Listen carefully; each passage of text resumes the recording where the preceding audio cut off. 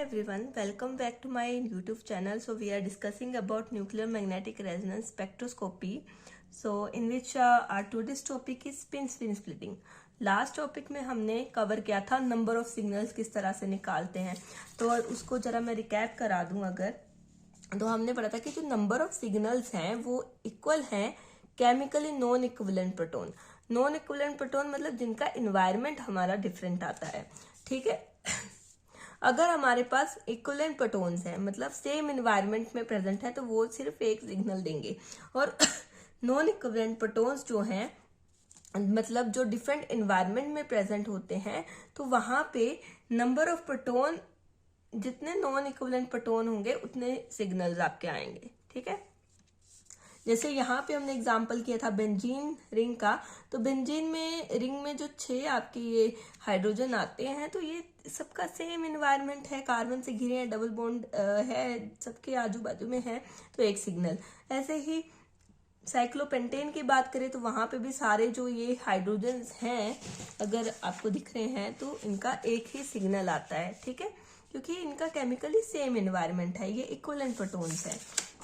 आगे ये सारे इसमें एक सिग्नल आएगा। यहाँ पे डिफरेंट आता है कि 4 ये वाले जो हाइड्रोजन है ये रिंग के साथ जुड़े हैं और ये जो 6 हाइड्रोजन हैं ये कार्बन के साथ जुड़े हैं जो रिंग का कार्बन नहीं है। तो यहाँ पे आपके 2 तरह के प्रोटॉन्स आ गए, इन्वायरमेंट डिफरेंट हो गया, ये 4 रिंग वाले आ गए, ये विदाउट रिंग वाले आ गए, तो यहाँ पे आपके क्या होंगे, 2 सिग्नल्स आएंगे। तो इस तरह से हमने करा था। अब ये जो सिग्नल्स आ रहे हैं, ठीक है, जैसे अगर हम बात करें कि सिग्नल इस तरह से आ रहा है, ठीक है, सपोज कर लो ये सिग्नल आ रहा है, ठीक है। अब इसमें क्या होगा, जब हम हाई पावर का जो NMR स्पेक्ट्रोमीटर यूज करेंगे तो वहां पे ये जो पीक्स हैं, ये जो पीक्स आपको दिख रही हैं, ये 3 पीक्स आपको दिख रही हैं, ये भी स्प्लिटेड नजर आती हैं, ठीक है। मतलब ये किस तरह से, ये सपोज करो अकॉर्डिंग टू स्ट्रक्चर स्प्लिट करती हैं। सपोज कर लो यहाँ पे इस तरह से पीक बन गई है, ये इस तरह से पीक्स बन रही हैं, ठीक है, और ये इस तरह से,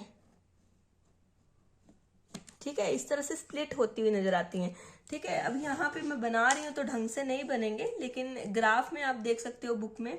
नेक्स्ट लेक्चर में आपको एक ग्राफ भी मैं समझा दूंगी ग्राफ के साथ भी, ताकि आपको क्लियर हो जाए किस तरह से ये स्प्लिट नजर आती हैं, ठीक है। तो स्प्लिटिंग जो है बेसिकली ये किसके ऊपर डिपेंड करती है, ये स्प्लिटिंग क्यों हो रही है, ठीक है। क्वेश्चन आता है, ठीक है, ये नॉर्मल पीक्स हम देख रहे थे तो अब ये स्प्लिटेड किसी वजह से आई होंगी, ठीक है। अब ये जो एक पीक है वो भी 3 में टूट गई है, हमने सपोज किया है। वैसे ये स्ट्रक्चर के ऊपर बेस है, केमिकल स्ट्रक्चर के ऊपर, ठीक है, वो हम देखेंगे कैसे है, ठीक है। स्पिन स्प्लिटिंग जो बेसिकली एक कंसेप्ट, कौन से कंसेप्ट पे, based on concept that each proton, जिनको हर तरह का, ईच टाइप ऑफ प्रोटॉन, किसी भी तरह का, हर तरह का जो प्रोटॉन है,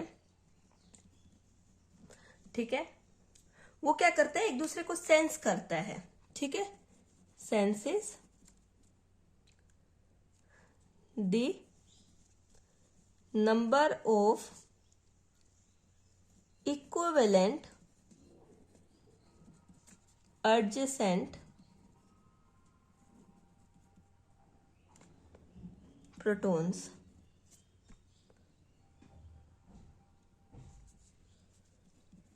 अब ये समझने की बात है, कहीं पे क्या लिखा होता है, नॉन इक्विवेलेंट, या आप इस तरह से लिख सकते हो सेंसिस number of non equivalent proton, ठीक है। अब आपको कंफ्यूजन होगी कि यहाँ पे इक्विवेलेंट लिखा है, यहाँ नॉन इक्विवेलेंट आ गया है, तो वो मैं आपको समझाती हूँ। जो इक्विवेलेंट यहाँ पे क्या लिखा है, जैसे आपके पास एग्जांपल ले लेते हैं हम, ये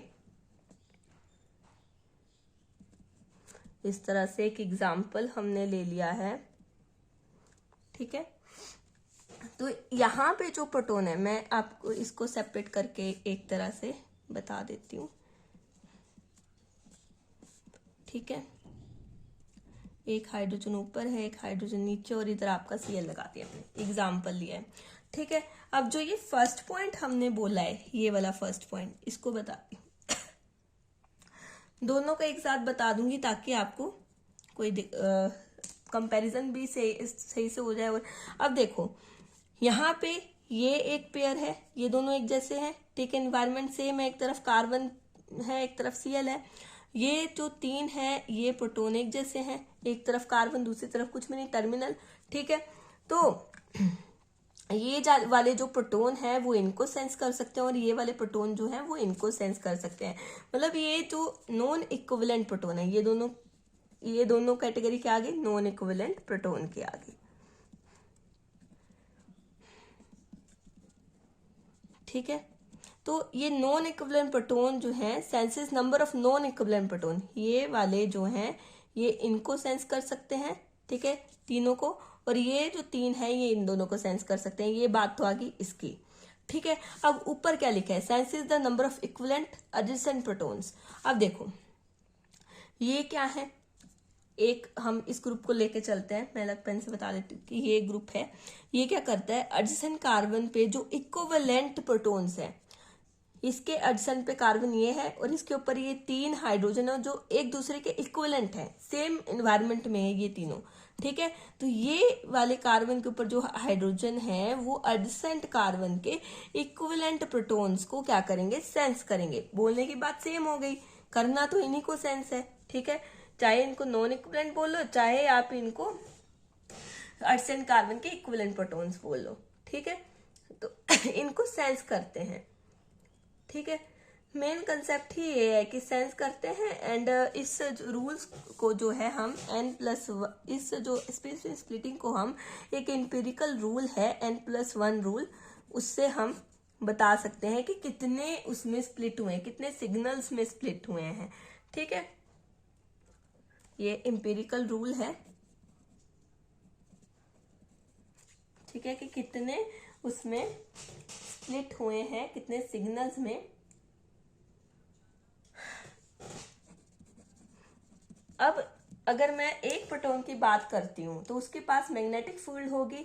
अब उसके बगल में भी, जैसे मैं यहाँ HA ले लेती हूँ, आई होप आपको दिख रहा हो, HB।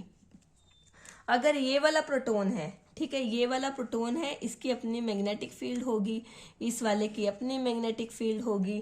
ठीक है, तो जब दोनों इंटरेक्ट करती हैं तो कुछ ना कुछ तो होगा। अब ये दोनों अब ऐसा तो है नहीं कि ये इंटरेक्ट तो करेंगी। ठीक है, एक ही कंपाउंड के अंदर 2 हाइड्रोजन इंटरेक्ट करेंगे तो कुछ ना कुछ तो होगा, सिग्नल दोनों के स्प्लिट करेंगे। ये इसकी मैग्नेटिक फील्ड इस पे इफेक्ट डाल रही है, इसकी इस पे, तो दोनों के सिग्नल कुछ ना कुछ इफेक्ट करेंगे। मतलब ये एक दूसरे को सेंस कर रहे हैं तो स्प्लिटिंग होगी। ठीक है, सिग्नल स्प्लिट होंगे। ठीक है, अब हम आगे देखते हैं। जिस तरह से अब N+1 रूल का मैं बता देती हूँ आपको कि किस तरह से होता है। जैसे हमारे पास ये एग्जाम्पल है, यहाँ पे NO2 लगा हुआ है, यहाँ पे हाइड्रोजन है एक, यहाँ ऊपर CH3 है, यहाँ CH3 है। ठीक है, तो अब हमारे पास एक हाइड्रोजन ये है जो अकेला ही है। ठीक है, और ये जो है ये इक्विवेलेंट है, ये दोनों आपस में क्या है, इक्विवेलेंट है, सेम इन्वायरमेंट में है, और ये अकेला अलग से। मतलब ये अगर इन और इन हाइड्रोजन की बात करें तो ये आपस में नॉन इक्विवेलेंट आते हैं। सबसे पहले तो आपको इक्विवेलेंट कौन से हैं, नॉन इक्विवेलेंट कौन से हैं, ये पता होना जरूरी चाहिए। ये तो लास्ट लेक्चर में भी हमने किया है। ठीक है, जिसको दिक्कत आ रही है वो वहां पे भी समझ सकता है जाके एक बार फिर से। अब मैंने क्या कहा कि जो नॉन इक्विवेलेंट प्रोटॉन्स हैं उनको सेंस करेंगे। मतलब ये वाले जो 6 हैं ये इसको सेंस करेंगे, और ये H अकेला ये इन 6 के 6 इक्विवेलेंट प्रोटॉन्स को सेंस करेगा। तो N क्या है, N equal to equivalent protons. ठीक है, और हमने क्या करना है, अगर हम इसके लिए सिग्नल निकाल रहे हैं, जैसे इस वाले प्रोटॉन के लिए, ठीक है, ये वाले इस वाले हाइड्रोजन के लिए, तो यहाँ पे ये कितने इक्विवेलेंट प्रोटॉन्स को सेंड करेगा, 6 को, ठीक है, जो इसके एडजेसेंट ये हैं, ठीक है। तो ये 6 + 1, तो यहाँ पे 7 सिग्नल जो है 7 में स्प्लिट हो जाएगा, मतलब आपका सेप्टेट बनेगा। ठीक है, इकट्ठा हम एक सिग्नल में बना के बताऊंगी। अब ये जो 6 के 6 हैं, जो ये हाइड्रोजन 6 हाइड्रोजन है, ये इस अकेले को सेंस करेंगे, और तो कोई है नहीं। तो यहाँ पे n+1 अगर लगाएं, एक ही हाइड्रोजन है 1+1, तो यहाँ पे डबलेट बनेगा। ठीक है, बिल्कुल डबलेट बनेगा। अब इसको कैसे दर्शाते हैं पीक में, ठीक है, पहले तो हम एक ही पीक बता रहे थे कि अच्छा सिंगल सिंगल पीक है, अब कैसे है, इस तरह से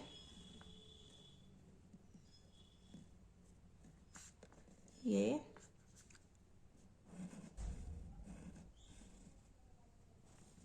तो इस तरह से स्प्लिट हो गई है। ठीक है, मैंने एक तरह से आपको पीक स्प्लिटिंग बता दी कि यहाँ पे ये सेप्टेट बना हुआ है, ठीक है, और ये डबलेट बना हुआ है। तो डबलेट किसके कारण है, डबलेट इन छह के पीक का डबलेट बना है। तो 6 हाइड्रोजन का डबलेट बना है, और एक हाइड्रोजन जो सिंगल 1 हाइड्रोजन है उसका क्या सेप्टेट बना हुआ है। ठीक है, तो इस तरह से आपका करना है। उसके बाद अगर हम बात करें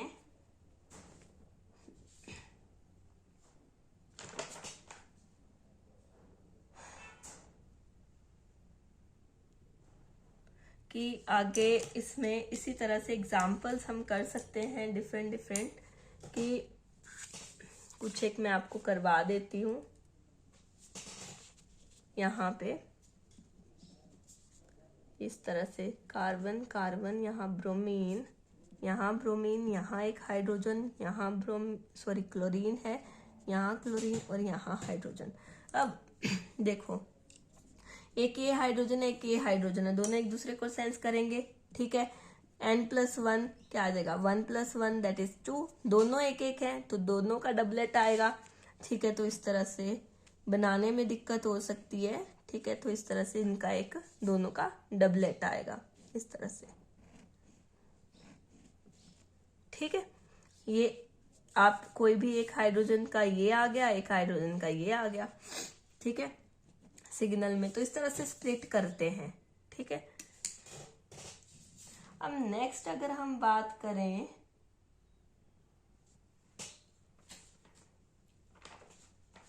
एग्जाम्पल की, तो वो है, नेक्स्ट एग्जाम्पल ले लेते हैं अच्छा सा। CH2Cl, यहाँ पे Cl, यहाँ एक हाइड्रोजन ले लेते हैं, यहाँ Cl। तो यहाँ पे आप देखो, सबसे पहले आपने नॉन टाइप्स ऑफ प्रोटॉन देखने हैं जो डिफरेंट इन्वायरमेंट में, मतलब नॉन इक्विवेलेंट, 2 ये हैं, एक अकेला ही है, मतलब ये इन दोनों का इन्वायरमेंट जो है डिफरेंट है। ये आगे उस कार्बन के साथ जुड़े हैं जो क्लोरीन के साथ जुड़ा है। ये CH2 जो एक तरफ क्लोरीन है, एक तरफ कार्बन है। ठीक है, दोनों का इन्वायरमेंट अलग है। तो ये जो 1 हाइड्रोजन है, ये इन 2 को सेंस करेगा, एडजेसेंट कार्बन पे ये, ठीक है, दोनों को सेंस करेगा।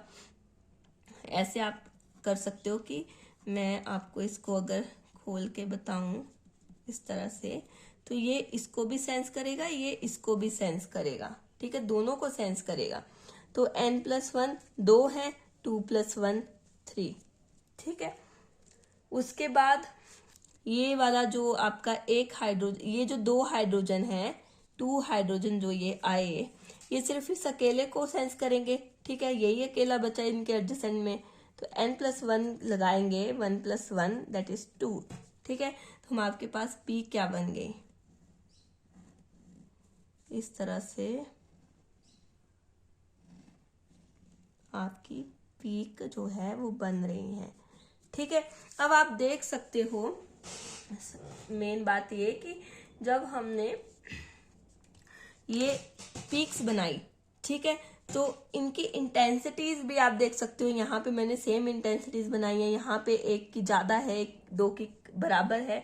तो ये हम जो है हमें पता चलता है फ्रॉम द पास्कल ट्रायंगल। ठीक है, हम पास्कल ट्रायंगल से इंटेंसिटीज का पता लगा सकते हैं जो n+1 रूल से हमने मल्टीप्लेट्स को, इनको क्या कहते हैं, सबसे पहले क्या थी, इस तरह से पीक्स थी, ठीक है, इस तरह से पीक्स थी, अब इनका ये बन चुके हैं स्प्लिट होके, तो इनको कहते हैं मल्टीप्लेट्स, मल्टीप्लेट्स बन चुके हैं जो हमने डराइव किए हैं n+1 रूल से। तो इनकी जो इंटेंसिटीज हैं, intensity ratio of multiplets, intensity ratios of multiplet जो हमने derive किए, those are derived from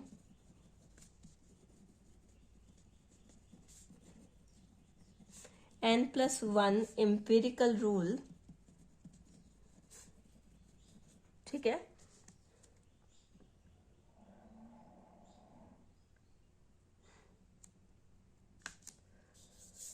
follows the entries in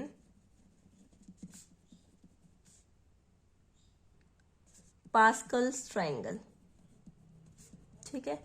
Pascal's triangle एक मैनेमोनिक डिवाइस है, मैथमेटिकल मैनेमोनिक डिवाइस है, जिसमें क्या होता है, इस तरह से हम क्या करते हैं, इस तरह से 1 लिखा, फिर इसके यहाँ पे 1 1, फिर इनको ऐड कर दोगे, ठीक है, ये 1 और 1 वैसे ही आ जाएंगे और सेंटर में इन दोनों को ऐड करके आ जाएगा, फिर यहाँ पे 1 1, ये क्या हो गए 3, और ये इन दोनों का 3, इस तरह से फिर सेपरेट 1 1 लिख लो, ये क्या हो गए 3 + 1 4, 3 + 1 4, और यहाँ पे 3 + 3 कितने हो गए 6। इस तरह से ये चलते रहते हैं, इनका प्लस कर करके, जैसे आप कर सकते हो इस तरह से 1 + 4 5, 4 5, और ये क्या हो गए 10, यहाँ पे ये क्या हो गया 10, और इसके 6 + 4 भी 10। तो इस तरह से आपका ये सिंगलेट की इंटेंसिटी है, जहाँ पे एक ही पीक होगी और उसकी इंटेंसिटी से बराबर, एक ही, जैसे एक ही है तो उसकी जो भी इंटेंसिटी हो, फिर ये सॉरी, फिर ये डबलेट है, ठीक है, डबलेट के देखो मैंने डबलेट यहाँ भी बनाया है, तो इंटेंसिटी सेम बनाई है, यहाँ पे भी आपकी इंटेंसिटीज 1 1 सेम ही आ रही हैं, ठीक है। फिर यहाँ पे आपका ट्रिपलेट आ जाता है, ट्रिपलेट में क्या है, ऊपर ट्रिपलेट भी बनाया है मैंने, कि जो सेंटर वाले की इंटेंसिटी है वो ज्यादा है, ठीक है, ज्यादा बनाई है, यहाँ भी ज्यादा आ रही है, 1 1 की सेम आ रही है, तो इनकी मैंने सेम बनाई है, ठीक है। वैसे ही ये क्वार्टेट है, दिस इज क्वार्टेट, जिसमें लास्ट की 2 की सेम, बीच की लास्ट वाले से ज्यादा, किस तरह से होगी मैं यहाँ बना देती हूँ, ठीक है, ये है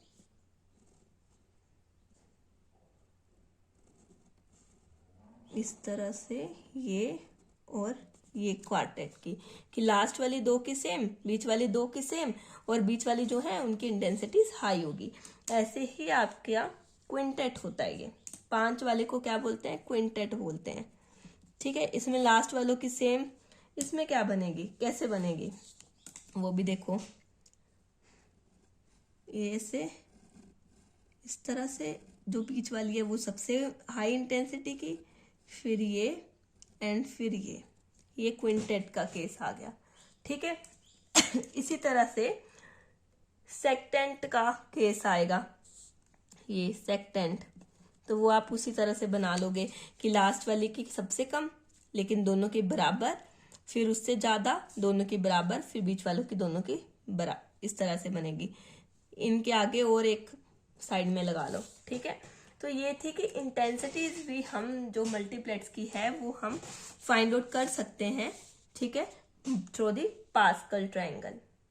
दैट्स ऑल फॉर टुडे। छोटी सी क्लास थी जिसमें हमने स्प्लिटिंग के बारे में पढ़ा, और स्प्लिटिंग जो बेसिकली डिपेंड करती है उस कंसेप्ट पे कि जो एडजेसेंट कार्बन के जो हाइड्रोजन्स होते हैं, प्रोटॉन्स होते हैं, वो एक दूसरे को सेंस करते हैं, ठीक है, सेंस करके वो सिग्नल में क्या करते हैं, स्प्लिट करते हैं, एक दूसरे के साथ इंटरेक्ट करेंगे तो कुछ ना कुछ तो चेंजेस लाएंगे, तो उसके फलस्वरूप क्या होता है, जो सिग्नल्स हैं, जो आपके पीक्स हैं, ठीक है, पीक्स क्या हो जाती हैं, वो स्प्लिट हो जाते हैं इनटू द मल्टीप्लेट्स। ठीक है, तो ये बेसिक जो स्प्लिटिंग है वो हमने n+1 एम्पिरिकल रूल लगा के हमने देखा कि डबलेट कहाँ बनता है, किस तरह से हमने हम ट्रिपलेट डबलेट सब मल्टीप्लेट्स निकाले हैं। ठीक है, एंड देन हमने उनकी इंटेंसिटीज को देखा है कि वो पास्कल ट्रायंगल में जब हम डालते हैं तो हमें उनकी इंटेंसिटीज के बारे में, जो मल्टीप्लेट्स हैं उनकी इंटेंसिटीज के बारे में भी पता चल जाता है। So that's it for today. कल नेक्स्ट लेक्चर में हम पढ़ेंगे for the about the coupling constant, which is very important topic. Thank you.